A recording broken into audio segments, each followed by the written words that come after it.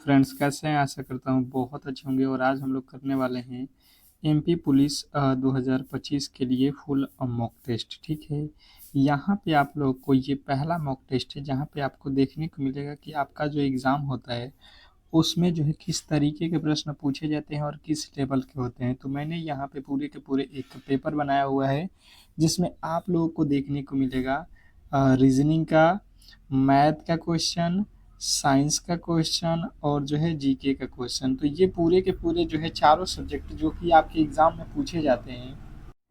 तो ये पूरे के पूरे चारों जो सब्जेक्ट है आपके एग्ज़ाम हॉल में जहाँ से प्रश्न पूछे जाएंगे, तो मैंने उन चारों सब्जेक्ट को रखा हुआ है और बिल्कुल 100% अगर आप यहाँ पे करते हो तो आपको एग्ज़ाम हॉल में ऐसा ही प्रश्न देखने को मिलेगा।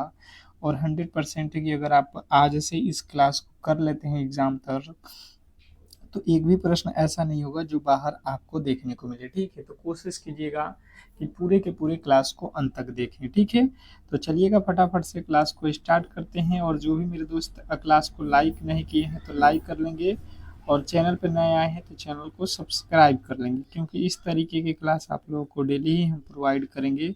तो जो है शाम में जो है दोपहर में आप लोग को 2 PM पे ये क्लास रहेगा। डेली ही आप लोगों को आना है क्लास में। ठीक है, अब जो है आप लोगों के लिए फटाफट से क्वेश्चन स्टार्ट करते हैं और फर्स्ट क्वेश्चन पे चलते हैं। पहले जो है हम लोग साइंस से स्टार्ट करेंगे, फिर जो है आप लोगों के साइंस के बाद से जो है जीके के बाद से मैथ के बाद से आप लोगों के रीजनिंग। तो पूरे के पूरे क्लास को अंत तक देखना। ठीक है, कह रहा है पहला कि डीएनए की खोज किसने की थी भी। ठीक है, डीएनए की खोज किसने की थी अगर ये प्रश्न पूछा जाता है तो आप लोग को बताना है कि वाटसन और क्रिक ने किए थे। बिल्कुल फर्स्ट नंबर आप लोग के लिए बिल्कुल राइट उत्तर था। नेक्स्ट प्रश्न कह रहा है कि बिग बैंग थ्योरी किस सिद्धांत पर आधारित है।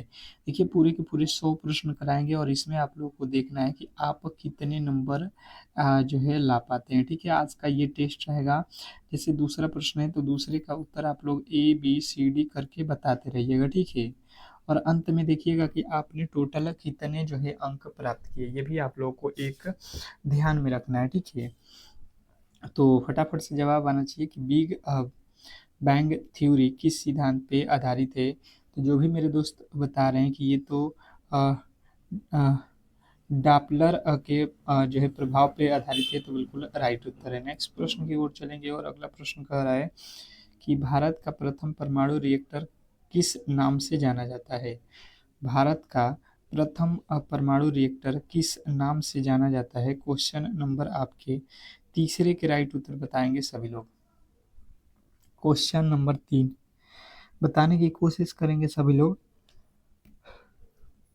भारत का प्रथम परमाणु रिएक्टर किस नाम से जाना जाता है।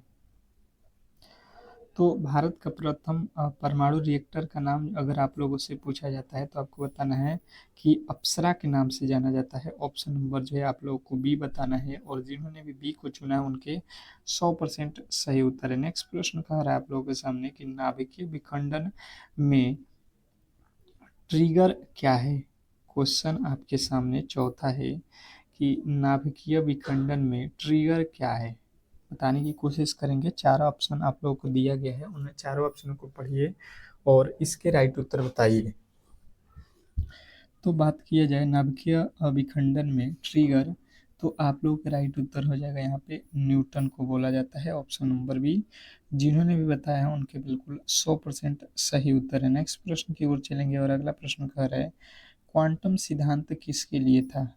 क्वांटम सिद्धांत किसके लिए था। क्वेश्चन नंबर 5, पांचवें नंबर प्रश्न के राइट उत्तर बताएंगे सभी लोग। क्वांटम सिद्धांत किसके लिए था। ऑप्शन आप देखते रहिए और फटाफट से इसके जवाब देते रहिए। तो क्वांटम सिद्धांत का बात किया जाए तो जिन्होंने बताया मैक्स प्लांक के द्वारा, तो बिल्कुल राइट उत्तर हो जाएगा ऑप्शन नंबर सी जो है आप लोगों का बिल्कुल राइट उत्तर है। नेक्स्ट प्रश्न देखेंगे आप लोगों के सामने है, कह रहा है कौन सा यंत्र यांत्रिक ऊर्जा को विद्युत ऊर्जा में परिवर्तित करता है।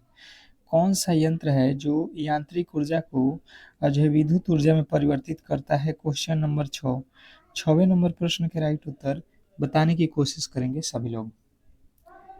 क्वेश्चन नंबर 6 के राइट उत्तर क्या होगा, ABCD करके। ABCD करके आप फटाफट से जवाब बताइए। कौन सा यंत्र यांत्रिक ऊर्जा को विद्युत ऊर्जा में परिवर्तित करता है?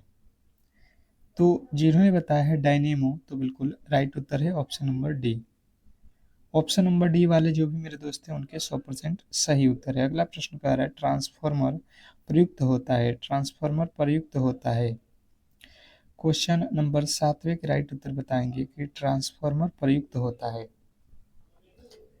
तो बात किया जाए कि ट्रांसफार्मर प्रयुक्त होता है, तो हम लोग कहेंगे कि ट्रांसफार्मर जो होता है ये आप लोगों का कहाँ होता है, तो एसी एसी वोल्टेज में उपचयन या अपचयन करने के लिए, एसी वोल्टेज में उपचयन या अपचयन करने के लिए। नेक्स्ट प्रश्न देखेंगे, आप लोगों के सामने आ चुका है कि पानी के अंदर ध्वनि सुनने का जो यंत्र कहलाता है, पानी के अंदर ध्वनि सुनने का यंत्र कहलाता है, क्या कहलाता है? क्वेश्चन नंबर 8वें के राइट उत्तर बताएंगे सभी लोग।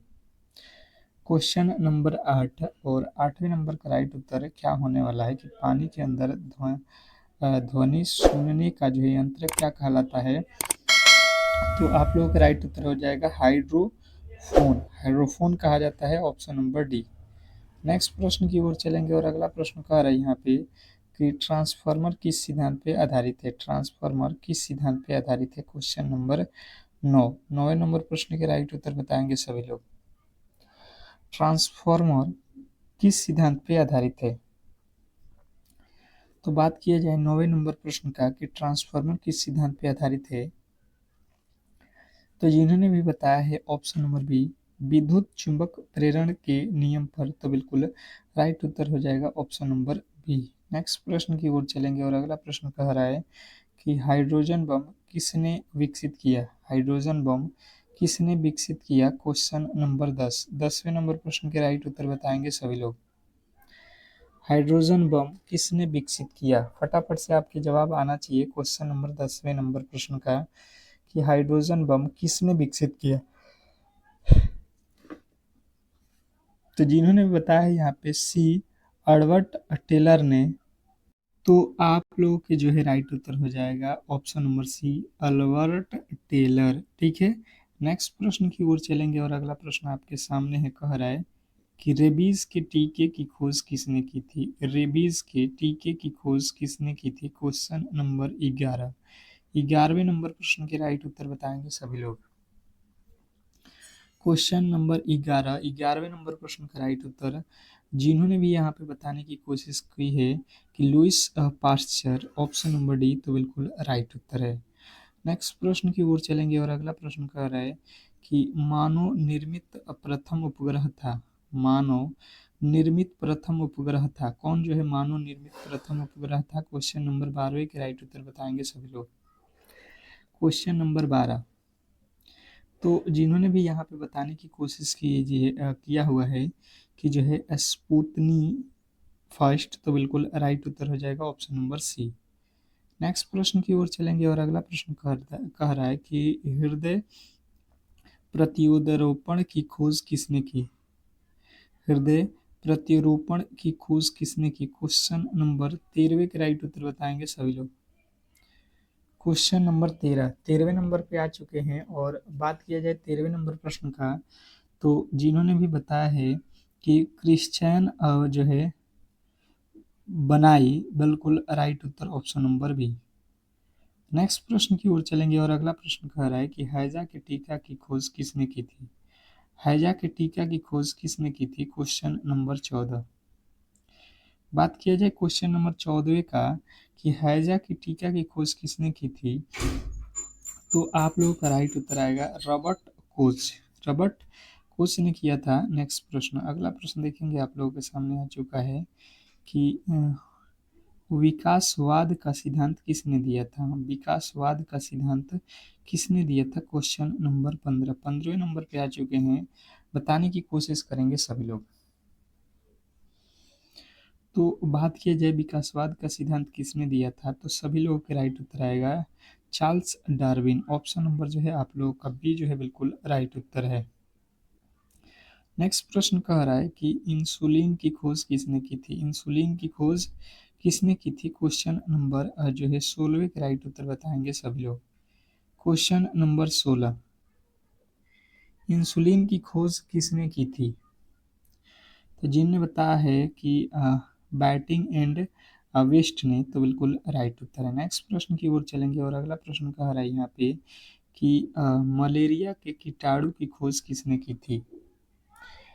मलेरिया की कीटाणु की खोज किसने की थी? क्वेश्चन नंबर 17वें के राइट उत्तर बताएंगे सभी लोग। क्वेश्चन नंबर 17 का जो है राइट उत्तर क्या होने वाला है? तो मलेरिया के कीटाणु की खोज किसने की थी? तो आप लोगों का राइट उत्तर आ जाएगा रोनाल्ड रॉल्स ने। ऑप्शन नंबर ए जो है आपके बिल्कुल राइट उत्तर है। नेक्स्ट प्रश्न कह रहा है कि जो है विटामिन सी का सबसे अच्छा स्रोत क्या है? विटामिन सी का सबसे अच्छा स्रोत क्या है? क्वेश्चन नंबर 18वें के राइट उत्तर बताएंगे सभी लोग कि क्वेश्चन नंबर 18 का राइट उत्तर क्या होने वाला है? विटामिन सी का सबसे अच्छा स्रोत क्या है? तो जिन्होंने भी बताया है यहाँ पे आंवला, तो बिल्कुल राइट उत्तर है। नेक्स्ट प्रश्न देखिए कह रहा है यहाँ पे कि जो है लाफिंग गैस का रासायनिक नाम क्या है? लाफिंग गैस का रासायनिक नाम क्या है? लाफिंग गैस का रासायनिक नाम अगर पूछ लेता है आप लोगों से, तो आपके राइट उत्तर आ जाएगा nitrous oxide. Nitrous oxide option number A जो है आप लोगों का बिल्कुल राइट उत्तर है। नेक्स्ट प्रश्न देखिए कह रहा है कि रतौंधी किस विटामिन की कमी से होती है? रतौंधी किस विटामिन की कमी से होती है? क्वेश्चन नंबर 20, 20वें नंबर प्रश्न के राइट उत्तर बताएंगे सभी लोग। क्वेश्चन नंबर 20वें के राइट उत्तर सभी लोग बताएंगे। तो जिन्होंने बताया है विटामिन जो है ए की कमी से, तो बिल्कुल राइट उत्तर है। नेक्स्ट प्रश्न कह रहा है कि विटामिन सी का रासायनिक नाम क्या है? विटामिन सी का जो है रासायनिक नाम क्या है बताएंगे सभी लोग। क्वेश्चन नंबर जो है आपका 21वें नंबर प्रश्न के राइट उत्तर आना चाहिए कि ascorbic acid. Ascorbic acid option number B. Next प्रश्न की ओर चलेंगे और अगला प्रश्न आपके सामने है। कह रहा है कि धावन सोडा का रासायनिक नाम क्या है? धावन सोडा का रासायनिक नाम क्या है? क्वेश्चन नंबर आपके 22वें नंबर प्रश्न के राइट उत्तर बताएंगे सभी लोग। तो जिन्होंने बताया sodium carbonate option number C, तो बिल्कुल राइट उत्तर है। नेक्स्ट प्रश्न देखेंगे आप लोगों के सामने आ चुका है कि जूल ऊर्जा से उसी तरह संबंधित है जिस तरीके से पास्कल संबंधित है। तो देखिए जूल जो है ऊर्जा से संबंधित है, यानी कि जूल जो है ऊर्जा का एसआई मात्रक होता है, उसी प्रकार पास्कल जो है किसका एसआई मात्रक होता है, ये प्रश्न में पूछा गया है। तो 23वें नंबर प्रश्न का राइट उत्तर हो जाएगा दाब का। ठीक है, पास्कल किसका एसआई मात्रक है? दाब का, ऑप्शन नंबर बी। नेक्स्ट प्रश्न की ओर चलेंगे और अगला प्रश्न कह रहा है यहाँ पे कि प्रकाश वर्ष होता है, प्रकाश वर्ष होता है क्वेश्चन नंबर 24। 24वें नंबर प्रश्न के राइट उत्तर बताने की कोशिश करेंगे सभी लोग। तो जिन्होंने बताया है प्रकाश द्वारा एक वर्ष में चली गई दूरी, तो ऑप्शन नंबर सी जो है आप लोगों के बिल्कुल राइट उत्तर है। नेक्स्ट प्रश्न कह रहा है कि सर्वदाता रक्त समूह कौन सा है?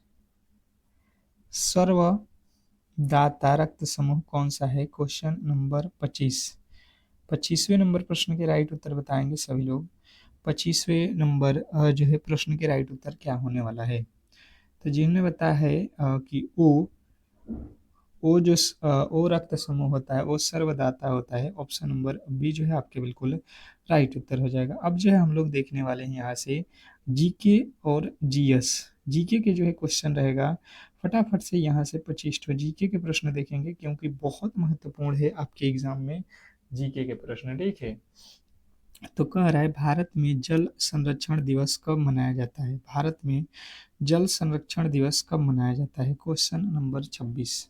26वें नंबर प्रश्न के राइट उत्तर बताने की कोशिश करेंगे सभी लोग। तो जिन्होंने भी बताया है 14 जुलाई, तो बिल्कुल राइट उत्तर है। नेक्स्ट प्रश्न कह रहा है यहाँ पे कि स्वच्छ भारत अभियान भारत में किस वर्ष शुरू की गई थी? क्या पूछा गया है? स्वच्छ भारत अभियान भारत में किस वर्ष शुरू की गई थी? तो स्वच्छ भारत अभियान का बात किया जाए, तो जिन्होंने बताया है कि 2015 में किया गया था, ऑप्शन नंबर सी, तो बिल्कुल राइट उत्तर है। नेक्स्ट प्रश्न की ओर चलेंगे और अगला प्रश्न कह रहा है यहाँ पे कि जो है सतपुड़ा राष्ट्रीय उद्यान किस राज्य में स्थित है? सतपुड़ा राष्ट्रीय उद्यान किस राज्य में स्थित है? Question number 28। 28वें नंबर प्रश्न के राइट उत्तर बताने की कोशिश करेंगे सभी लोग। तो जिन्होंने भी बताया है यहाँ पे कि ये तो आप लोगों के कहाँ पे है, तो मध्य प्रदेश में है, तो बिल्कुल राइट उत्तर हो जाएगा ऑप्शन नंबर बी। नेक्स्ट प्रश्न की ओर चलेंगे और अगला प्रश्न कह रहा है कि भारत का पहला अंतरिक्ष केंद्र कहाँ स्थित है? भारत का पहला अंतरिक्ष केंद्र कहाँ स्थित है? Question number 29। 29वें नंबर प्रश्न के राइट उत्तर बताएंगे सभी लोग। क्वेश्चन नंबर 29वें नंबर प्रश्न के राइट उत्तर हो जाएगा Sriharikota. Sriharikota option number A जो है आपके बिल्कुल राइट उत्तर है। नेक्स्ट प्रश्न की ओर चलेंगे और अगला प्रश्न कह रहा है कि विवेकानंद पर्व भारत में कब मनाया जाता है? विवेकानंद पर्व भारत में कब मनाया जाता है? Question number 30। 30वें नंबर प्रश्न के राइट उत्तर बताएंगे सभी लोग।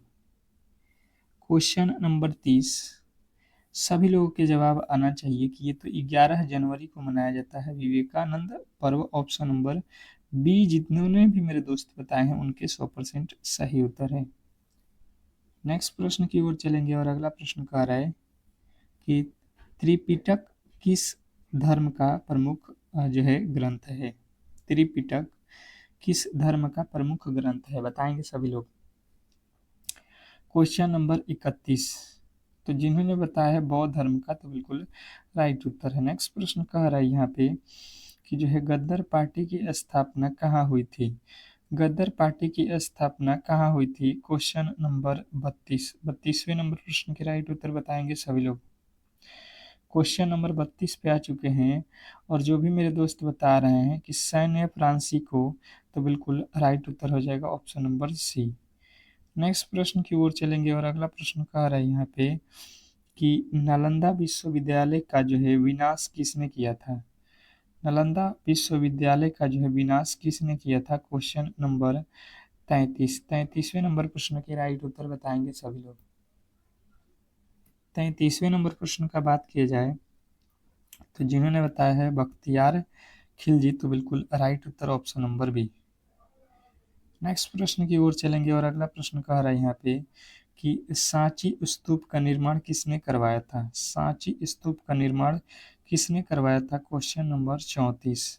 34वें नंबर प्रश्न के राइट उत्तर क्या होने वाला है बताने की कोशिश करेंगे सभी लोग। सांची का स्तूप का निर्माण किसने करवाया था?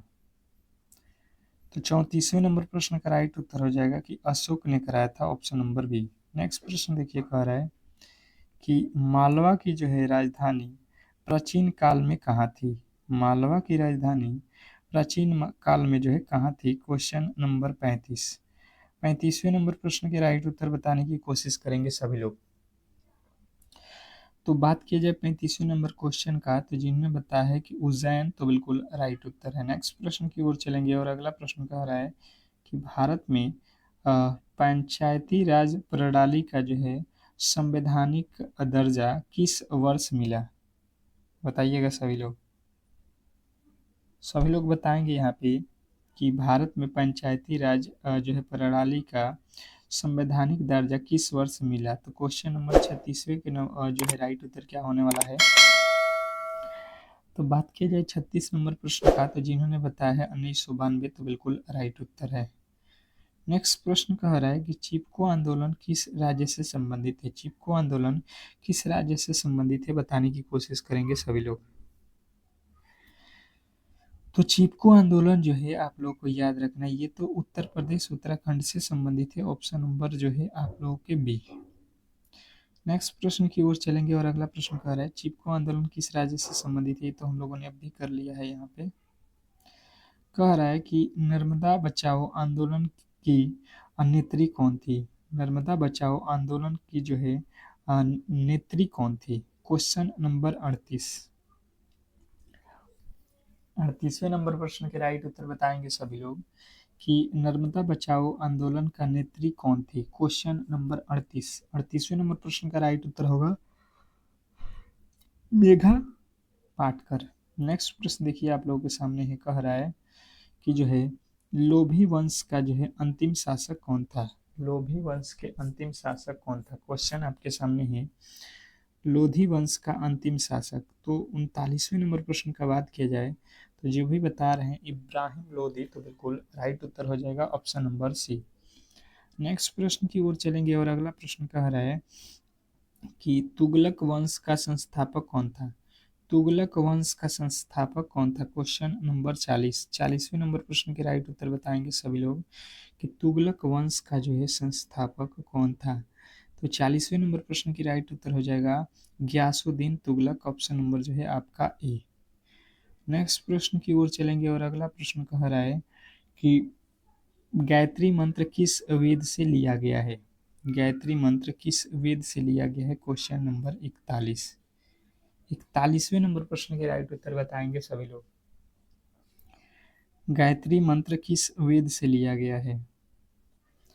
तो बात किया जाए 41वें नंबर प्रश्न का, तो जिन्होंने भी बताया है यहाँ पे कि ऋग्वेद से लिया गया है, तो बिल्कुल राइट उत्तर है। नेक्स्ट प्रश्न कह रहा है कि अमरकंटक किस पर्वत श्रृंखला में स्थित है। अमरकंटक किस पर्वत श्रृंखला में स्थित है, क्वेश्चन नंबर जो है 42वें नंबर प्रश्न के राइट उत्तर बताएंगे सभी लोग। क्वेश्चन नंबर 42 जिन्होंने भी बताने की कोशिश की है कि ये सतपुड़ा में है, तो बिल्कुल राइट उत्तर है। नेक्स्ट प्रश्न देखिए कह रहा है यहाँ पे कि हाइड्रोजन बम किस सिद्धांत पे कार्य करता है। हाइड्रोजन बम किस सिद्धांत पे कार्य करता है, क्वेश्चन नंबर 43। तो जिन्होंने बताया है यहाँ पे संलयन के सिद्धांत पे कार्य करता है, तो बिल्कुल राइट उत्तर है। अगला प्रश्न कह रहा है कि रेशम मार्ग किन देशों को जोड़ता है। रेशम मार्ग किन देशों को जोड़ता है, क्वेश्चन नंबर 44, 44वें नंबर प्रश्न के राइट उत्तर बताएंगे सभी लोग। तो बात किया जाए 44वें नंबर प्रश्न का राइट उत्तर क्या होने वाला है, तो जिन्होंने भी बताया यहाँ पे कि भारत और चीन के बीच, तो बिल्कुल राइट उत्तर है। नेक्स्ट प्रश्न कह रहा है यहाँ पे कि भारत में रेलवे बजट को सामान्य बजट में कब जो है विलय किया गया। रेलवे में भारत में रेलवे बजट को सामान्य बजट में कब जो है विलय किया गया। तो 45वें नंबर प्रश्न के राइट उत्तर आप लोगों को बताना है कि 2017 में। नेक्स्ट प्रश्न देखिए कह रहा है कि भारत में आर्थिक सर्वेक्षण किसके द्वारा जो है प्रस्तुत किया गया। भारत में आर्थिक सर्वेक्षण किसके द्वारा प्रस्तुत किया गया। तो 46वें नंबर प्रश्न का राइट उत्तर क्या हो जाएगा, आप कहोगे वित्त मंत्रालय के द्वारा। नेक्स्ट प्रश्न देखेंगे आप लोगों के सामने आ चुका है कि दशमलव पद्धति का जो है आविष्कार किसने किया। दशमलव पद्धति का जो है आविष्कार किसने किया, क्वेश्चन आपके सामने है। 47वें नंबर प्रश्न का राइट उत्तर क्या हो जाएगा, तो ब्रह्मगुप्त जो है आपका बिल्कुल राइट उत्तर हो जाएगा। नेक्स्ट प्रश्न कह रहा है भारत का पहला परमाणु परीक्षण किस स्थान पर किया गया था। भारत का पहला परमाणु परीक्षण किस सिद्धांत पर किया गया, तो 48वें नंबर प्रश्न के राइट उत्तर हो जाएगा पोखरण में। ठीक है, नेक्स्ट प्रश्न की ओर चलेंगे और अगला प्रश्न आपके सामने है, कह रहा है कि नर्मदा नदी का जो है स्रोत कहाँ है। नर्मदा नदी का स्रोत कहाँ है, बताएंगे सभी लोग। तो जिन्होंने भी बताया है यहाँ पे कि नर्मदा नदी का जो स्रोत है ये अमरकंटक है, ऑप्शन नंबर ए, तो बिल्कुल राइट उत्तर है। नेक्स्ट प्रश्न कह रहा है यहाँ पे कि जो है भारत का पहला रेलवे स्टेशन कहाँ था। भारत का पहला रेलवे स्टेशन का बात किया जाए तो ये तो मुंबई था, ऑप्शन नंबर ए जो है आपके बिल्कुल राइट उत्तर है। नेक्स्ट प्रश्न देखिएगा और अब जो है आप लोगों के रीजनिंग स्टार्ट हो चुका है क्या। तो रीजनिंग जो है आप लोगों के लिए यहाँ पे स्टार्ट हो चुका है और फटाफट से अब जो है हम लोग रीजनिंग के प्रश्नों को करेंगे, क्योंकि आपके एग्जाम में सबसे अधिक जो प्रश्न पूछे जाएंगे उसमें रीजनिंग का होगा। ठीक है, तो ये भी एक विशेष प्रकार को आपको ध्यान देना है और इस पे ज़्यादा जो है पकड़ बनानी है। कह रहा है पानी, मछली और ऑक्टोपस, इसके जो है क्या करना है आप लोगों को, इसके बीच जो है आपके जो है वेन आरेख खींचना है। ठीक है, तो इसके बीच आप लोग वेन आरेख खींचने की कोशिश करेंगे सभी लोग कि इसके राइट उत्तर क्या होने वाला है। फटाफट से आपके जवाब आना चाहिए। क्या क्या है पानी, मछली, ऑक्टोपस के बीच। ठीक है, तो आप लोगों को सबसे पहले यहाँ पे देखना है क्या यहाँ पे पानी में पानी और मछली का संबंध होता है, कहिएगा बिल्कुल होता है। तो जब हम यहाँ पे बनाने चलेंगे तो ये हो गया मान लीजिए पानी। ठीक है, तो क्या पानी से मछली रिलेटेड है, बिल्कुल रिलेटेड है कि जो है मछली जो है पानी में रहती है। ठीक है, उसी प्रकार ऑक्टोपस जो है कहाँ रहता है, तो पानी में ये भी रहता है। तो इस तरीके से आप लोगों के ऑप्शन नंबर ये जो है बिल्कुल 100% सही उत्तर हो जाएगा। नेक्स्ट प्रश्न की ओर चलेंगे और अगला प्रश्न कह रहा है कि सागर, मछली और जो है नाव, इसके बीच वेन डायग्राम खींचें। सागर, मछली और नाव के बीच वेन आरेख खींचना है। क्वेश्चन नंबर आपको जो है अगला जो है सागर और मछली के बीच वेन आरेख खींचिए। तो किस तरीके से आप लोगों को खींचना है, आइए यहाँ पे देखिए, ये हो गया सागर। सागर में मछली रहती है, बिल्कुल रहती है, और सागर में ही नाव चलता है, ठीक है, पानी में ही नाव चलेगा। तो ऑप्शन नंबर आप लोगों को बी चुनना है। नेक्स्ट प्रश्न देखिए आप लोगों के सामने आ चुका है। देखिए कह रहा है कि दी गई पंक्ति में लुप्त संख्या ज्ञात कीजिए। जो दिया गया पंक्ति है इसमें जो है आप लोगों को लुप्त संख्या ज्ञात करना है, ठीक है। अब जो है बताने की कोशिश करना है सभी लोगों को। क्वेश्चन नंबर जो है आपका अगला दूसरा जो है, इसके राइट उत्तर क्या होने वाला है। तो जवाब फटाफट से आप लोग के आने चाहिए। जैसे कि मैंने समझने की कोशिश किया, तो यहाँ पे लिखा है 98। तो यहाँ पे क्या कर सकते हैं हम लोग, यहाँ पे लिखा है यहाँ पे 75। तो अगर 3 में 5 से गुणा कर देते हैं 15 हो जाएगा। 15 में 5 से फिर गुणा करेंगे तो 75 होगा। उसी प्रकार अगर 7 में 2 से गुणा करेंगे, 7 दूना का 14, 14 में 5 से गुणा करते हैं तो यहाँ पे 98 तो नहीं होगा। मतलब बिल्कुल लॉजिक जो है यहाँ पे गलत है। यानी कि अब दूसरे लॉजिक से हम लोग चलते हैं। अगर हम देखेंगे तो ये 5 का वर्ग कर देते हैं, कितना हो जाएगा 25। 25 में 3 से गुणा करते हैं, ये हो जाएगा 75, जो कि यहाँ पे दिया गया। बात क्लियर है। उसी प्रकार यहाँ पे 6 का वर्ग करेंगे, यहाँ पे 7 का वर्ग करेंगे, कितना हो जाएगा 7 का वर्ग। 7 का वर्ग होता है 49, और 49 में कितने से गुणा करेंगे, 2 से। 49 दूना 98। उसी प्रकार 6 का वर्ग कितना होता है 36। 36 में 3 से गुणा करेंगे, 36 तियाँ जो है 36 तियाँ कितना होता है 108। 36 तियाँ 108, जो कि ऑप्शन नंबर ए में दिया गया है। तो बिल्कुल आप ऑप्शन नंबर ए के साथ जाओगे, ठीक है। आशा करता हूँ कि आपने ऑप्शन नंबर ए को बिल्कुल चुना होगा। नेक्स्ट प्रश्न की ओर चलेंगे और अगला प्रश्न कह रहा है यहाँ पे कि दी गई पंक्ति में लुप्त संख्या ज्ञात कीजिए। दी गई पंक्ति में लुप्त संख्या ज्ञात करना है। Question number 3। क्वेश्चन नंबर तीसरे के जो है राइट उत्तर बताने की कोशिश करेंगे सभी लोग। क्वेश्चन नंबर तीसरे के राइट उत्तर बताएंगे सभी लोग।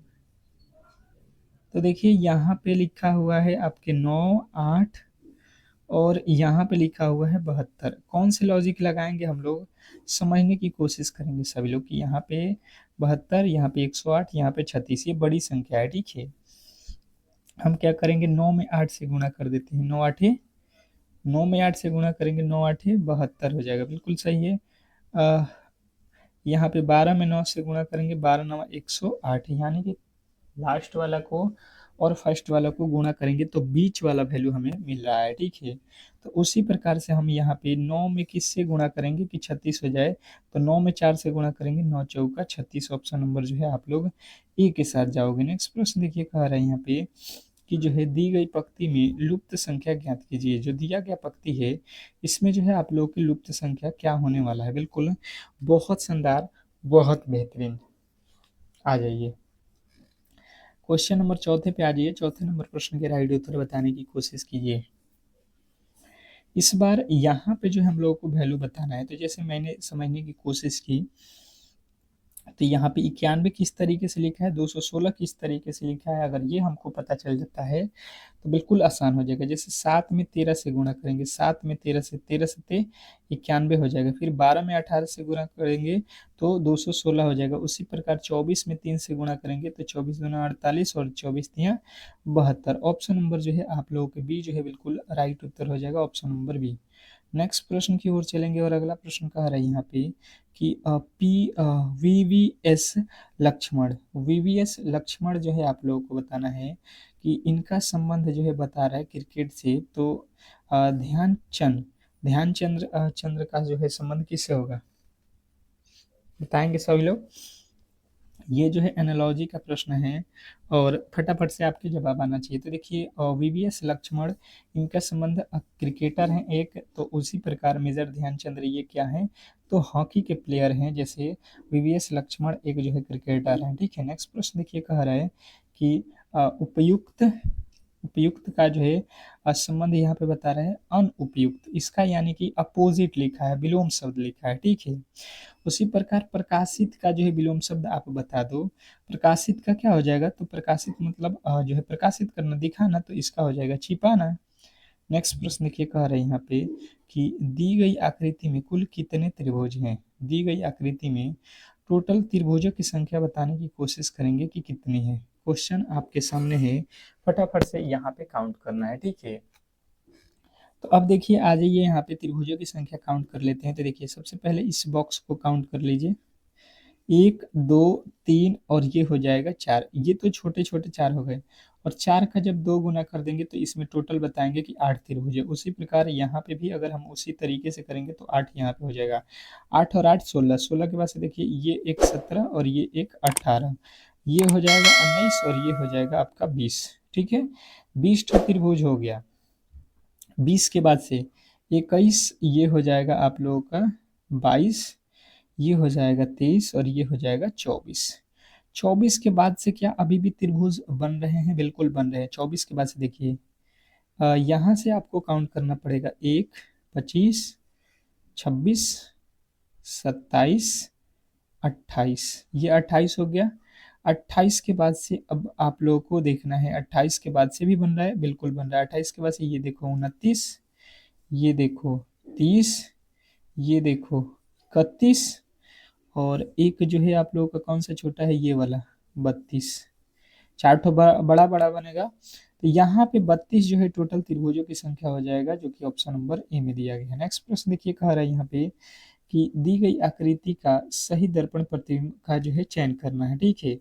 तो सही दर्पण प्रतिबिंब हम लोगों से पूछ लिया है, तो इसको यहाँ पे बिल्कुल पलट दो, ये इस तरीके से हो जाएगा। और ये वाला जो पार्ट है, ये वाला यहाँ से आप लोगों का इस तरीके से जो है बन जाएगा, ठीक है, इस तरीके से। और इसमें जो रंगा हुआ भाग है नीचे है, तो नीचे ही रंगा हुआ भाग रहेगा। अब जो है यहाँ पे देखिए नहीं है, बिल्कुल गलत। यहाँ पे रंगा हुआ भाग नहीं है, बिल्कुल गलत। यहाँ पे देखिए क्या है, बिल्कुल गलत। आपको केवल और केवल ऑप्शन नंबर बी में दिया गया है, तो बी जो है इस प्रश्न के राइट उत्तर है। नेक्स्ट प्रश्न देखिए, हम लोग मैथ पे आ चुके हैं और मैथ के प्रश्नों को फटाफट से सॉल्व कर लेते हैं, ठीक है। कह रहा है कि यदि दो संख्याओं का योग 14 है और इनका जो है अंतर 10 है, तो इन दोनों संख्याओं का जो है गुणनफल कितना होगा। तो सबसे पहले इन दोनों संख्याओं को निकाल लेते हैं। प्रश्न में बोला है, मान लेते हैं एक संख्या ए है और दूसरी संख्या बी है, इन दोनों का योग करेंगे तो 14 हो जाएगा। और फिर बोला है कि इन दोनों संख्याओं को अगर हम माइनस करते हैं तो ये हो जाएगा 10। यहाँ से अब इसको काट देंगे तो इधर हो जाएगा, इन दोनों को जोड़ रहे हैं तो ए जोड़ेंगे तो 2a हो जाएगा, एक बी प्लस में था एक बी माइनस में था, जोड़ेंगे तो 0 हो जाएगा। 10 और 14 जोड़ेंगे तो 24 हो जाएगा, यहाँ से कट जाएगा, ए का वैल्यू 12 हो जाएगा। तो ए का वैल्यू 12 है और दोनों को जोड़ रहे हैं तो 14 है, यानी ए का वैल्यू जब यहाँ पे हम 12 रखेंगे तो बी का वैल्यू क्या निकालेंगे, तो हो जाएगा 12 इधर जाएगा तो माइनस, यानी कि 2। ए का वैल्यू 12 हो गया, यहाँ से हमने पाया कि ए का वैल्यू 12 और बी का वैल्यू 2 आ गया। तो कह रहा है इन दोनों संख्याओं का गुणनफल कितना हो जाएगा, तो 12 गुणे 2 करेंगे तो आप कहोगे 24 जो है आप लोगों के बिल्कुल राइट उत्तर है। नेक्स्ट प्रश्न कह रहा है, एक निश्चित धनराशि सामान्य साधारण ब्याज की दर पर 4 वर्षों में 6,000 और 7 वर्षों में 67,050 रुपया हो जाती है, तो धनराशि ज्ञात करें। तो बताना है कि धनराशि जो है कितनी है। तो देखिए सिंपल सा लॉजिक है कि सबसे पहले देखो, यहाँ पे बोला है 4 वर्ष है समय और पैसे कितने हो जा रहे हैं 6,000। उसी प्रकार से कह रहा है कि समय जो है 7 वर्ष का दिया जा रहा है और पैसे जो है कितने हो जा रहे हैं 67,150 रुपया।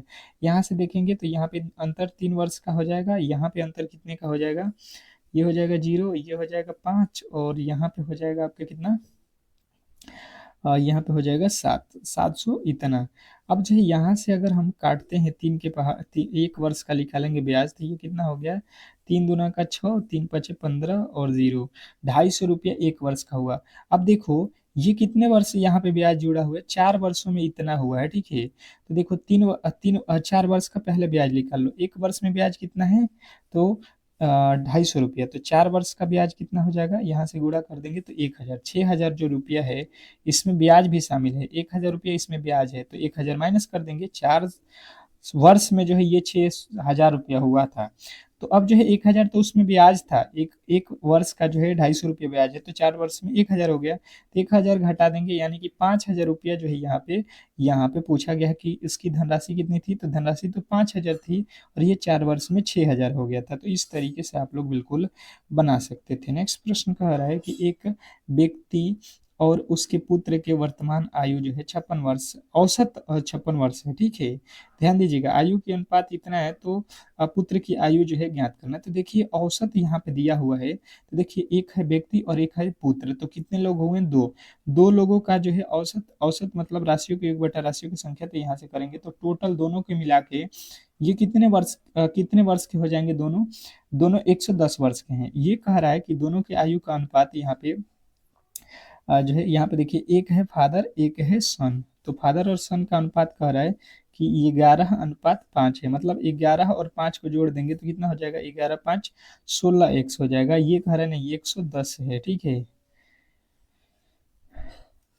56 है ना, 56 लिखा हुआ है यार, हमने 55 ही लिखा हुआ है यहाँ पे, ये 56 है, तो 56 दूना कितना हो जाएगा, 112, 112 हो रहा है। तो ये 16 छक्के 96, 16 सत्ते 112, 7 हो रहा है। इसने पूछा पुत्र का, तो पुत्र का एज देखो, सन का कितना है 5, तो 5 × 7 कर लेते हैं, 7×5 = 35 जो है आप लोग का राइट उत्तर हो जाएगा ऑप्शन नंबर सी। नेक्स्ट प्रश्न की ओर चलेंगे, और अगला प्रश्न कह रहा है कि यदि किसी संख्या को 40% जो है कम कर दिया जाए और 54 तो वह 54 हो जाती है, और उसे 72 बनाने के लिए कितना परसेंट बढ़ाना होगा, ठीक है।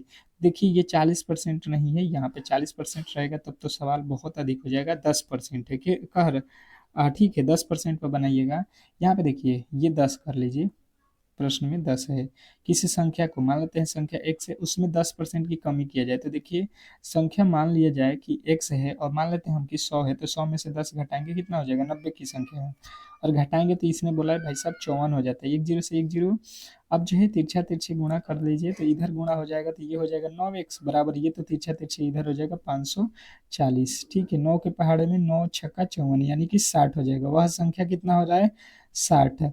ये कह रहा है 60 से कितना हो जाए, अगर 72 हो जाता है तो कितना बढ़ाना पड़ेगा, तो देखिए 60 से 72 होने में कितना बढ़ाया गया है, 12, कितने पे, 60 पे, गुणे 100, तो 12 25 60, और 5 से 100 कटेगा, 5 पहाड़ में कितना, 20 25 100, यानी कि 20%। तो जिन्होंने बताया है ऑप्शन नंबर सी, तो बिल्कुल राइट उत्तर है। तो इस तरीके से जो है आज के यह क्लास को हम लोग यहीं पे संपन्न करेंगे। अगर आपको ये क्लास अच्छा लगा हो तो प्लीज़ जो है वीडियो को लाइक करके चैनल को सब्सक्राइब कर लीजिए, और ये डेली ही क्लास में आइए, और जो है सुबह के 6 AM पे, और जो है एक दोपहर में 2 PM पे, तो दोनों ही क्लास अगर आप कर लेते हो एग्जाम तक, तो 100% है कि आपकी सिलेक्शन कोई भी नहीं रोक सकता है, ठीक है।